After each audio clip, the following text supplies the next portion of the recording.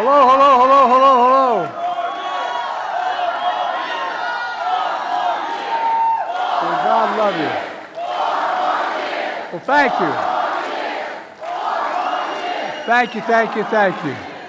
Caitlin, thank you for that introduction. And more importantly,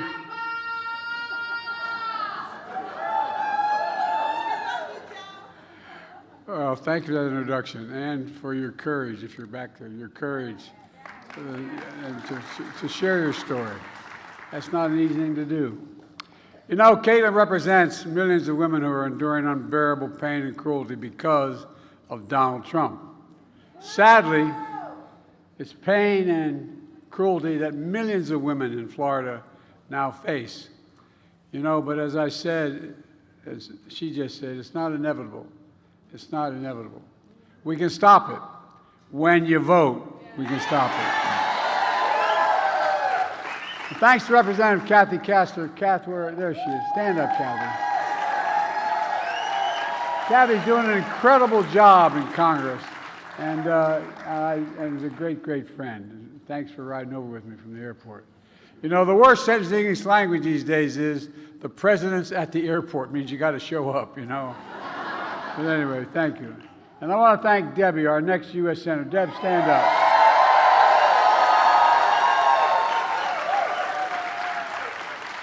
As one senior senator years ago when I was a freshman running for re-election in the United States Senate said to me, he said, "I'll campaign for you or against you, whoever helped the most."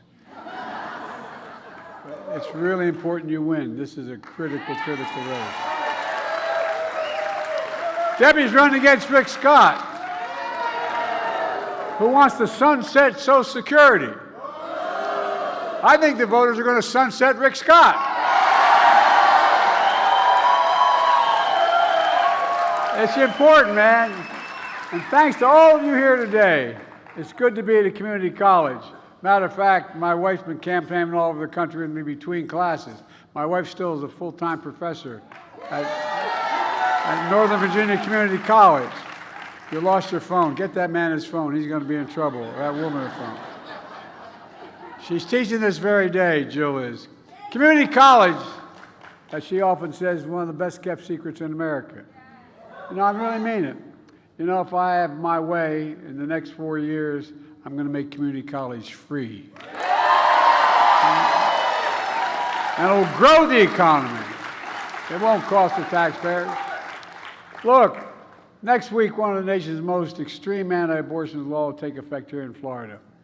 It's criminalizing reproductive health care before women even know whether they're pregnant. I mean, this is bizarre. You can put a doctor in prison if he takes care of a patient, as you just heard some version of from Louisiana. You know, this extreme Florida law is going to impact 4 million women in the state of Florida. Florida is one of the 21 states in America where you can't get access you need for care. This adds up to 1 in 3 women throughout the United States of America have this limitation. For 50 years, the court ruled that there was a fundamental constitutional right to privacy. But 2 years ago, that was taken away. Let's be real clear. There's one person responsible for this nightmare, and he's acknowledged and he brags about it, Donald Trump. In fact, Trump's bragged about it overturning Roe v. Wade, which meant there's no federal right. No decision can be made. All those decisions are made at the state level. A lot of people don't even know that and don't focus on it. So every state can make a decision. Well, you know, now Trump says the law is, quote, working the way it's supposed to. Trump goes on to say individual state laws are working, his words, brilliantly. Brilliantly. It's a 6-week ban in Florida. It's really brilliant, isn't it? Even before women know they're pregnant. Is that brilliant? Look, just take a look at Arizona. That goes all the way back to 1864, before Arizona was even a state, before women had the right to vote, concluding that that's the law of the land in Arizona. And today, MAGA Republicans refuse to repeal that ban in Arizona. Trump is literally taking us back 160 years. He says it's up to the states and this is all about states' rights. But he's wrong. The Supreme Court was wrong. It should be a constitutional right in the federal Constitution, a federal right. And it shouldn't matter where in America you live. This isn't about states' rights, it's about women's rights. I mean this. Look, folks, look. Now he's worried the voters will hold him accountable for saying he's responsible for getting Roe v. Wade overturned. Donald Trump is worried voters are going to hold him accountable for the cruelty and chaos he created. Folks, the bad news for Trump is we are going to hold him accountable. We are. He should be held accountable. He should be accountable for states enacting extreme laws that put IVF treatments at risk for women desperately trying to have families. Voters are going to hold Trump accountable for women being turned away from emergency rooms like my introducer was. Forced to travel hundreds of miles to get basic health care. Forced to go to court to plead for help to protect herself and her ability to have children in the future.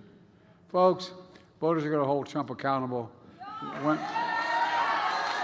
When women are told by extreme politicians and judges to wait, get sicker and sicker, to the point where your life is determined and be in danger. Pregnant women in America are at risk, particularly black women in America. No, that's the statistic. Data shows they're already too likely to die from complications at birth. I believe voters are going to hold Trump accountable when family members and doctors are threatened with prosecution for trying to help them. Not only that, I believe voters are going to hold Trump accountable and his MAGA's extremist friends to prevent all women in America from getting safe and effective medication like mifepristone, approved by the FDA 20 years ago. They're trying to outlaw that now. For 50 years, the court had recognized that women in America had a fundamental constitutional right, and then Trump took it away by the deal he made. Now in America today, in 2024, women have fewer rights than their mothers and their grandmothers had because of Donald Trump. Look, I don't think we're going to let them get away with it, do you? No! And folks, in a sense, I don't know why we're surprised by Trump. How many times does he have to prove we can't be trusted? Trump bragged how proud he was to get rid of Roe v. Wade over. He took credit for it. He said there has to be punishment for women exercising their reproductive freedom. His words, not mine. He described the Dobbs decision as a miracle. Maybe it's coming from that Bible he's trying to sell. Whoa. I almost wanted to buy one just to see what the hell's in it. Folks, it was no miracle. It was a political deal to get rid of Roe v. Wade. A deal. Political deal he made with the evangelical base of the Republican Party to look past his moral, if they look past his moral and character flaws in exchange for his commitment to appoint justice to the Supreme Court who would overturn Roe. Don't think he's making a deal right now with MAGA extremists to ban nationwide abortion in every single state, because he's making it. In fact, the MAGA majority in the House of Representatives has introduced three separate bans to ban choice nationwide in every single state, based on the state, each state. These bills have overwhelming support of Republicans in Congress. But know this, as long as I have the power of the presidency, it's never going to happen.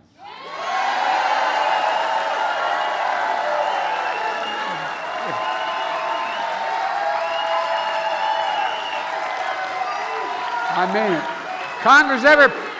If Congress ever passes a ban, I will veto that ban. Elected Democratic Congress, Kamala and I will make Roe v. Wade the law of the land again. Let's be clear. The overturning of Roe v. Wade also puts at risk broader rights of privacy for everyone. If you think I'm exaggerating, here's what Justice Thomas wrote in his concurring opinion in Roe v. Wade. He wrote that the future cases of the court should reconsider all substantive due process precedents from Griswold. Griswold legalized the use of contraception. And Obergefell legalized same-sex marriage. Justice Thomas means it, and so does Donald Trump. Again, here's what that means. the right to make the best decisions for your health, the right to use birth control, the right to marry the person you love. All that's at risk now because it's no longer viewed by some of our good friends in the court as a constitutional guaranteed right. Are we going to let that happen?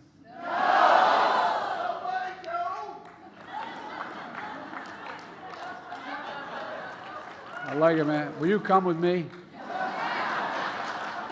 Folks, the extreme laws passed since overturning Roe v. Wade have no place in the United States of America.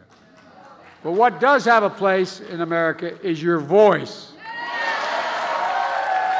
And this decision overturning Roe v. Wade and saying states should make the decisions of the court practically dared women to be heard. Here's what they wrote in that decision. Women are not without electoral or political power. No kidding. No kidding. I'm almost challenging you. I said at the time, I don't think the court or the Mabry Republicans have a clue about the power of women in America. I mean it. I mean it. But they're beginning to find out, since the Dobbs decision, which states said should make these decisions, the court said that the states should make decisions, states all over this country, from Ohio, Kansas, Michigan, Kentucky, Wisconsin, Virginia, women and men in every background voted to record numbers to protect, in record numbers, to protect reproductive freedom. This November, you can add Florida to that list. You can. Are you ready to do that? You got to show up and vote. Are you ready to protect freedom? It was Donald Trump who ripped away the rights of freedom of women in America. It'll be all of us who restore those rights for women in America. And when you do that, we'll teach Donald Trump and the extreme MAGA Republicans a valuable lesson. Don't mess with the women of America. I mean it.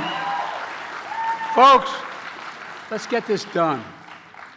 Go to joebiden.com, sign up, get involved. I know you all in this room are involved. Talk to your family and friends. Organize your community. Register voters, get them out to vote. Old-fashioned way. Pick them up on election day. Call. Do you need a ride to the polls? And let's remember who we are. We're the United States of America, and there's nothing beyond our capacity if we work together. May God bless you all. May God protect our troops. Thank you, thank you, thank you. Thank you.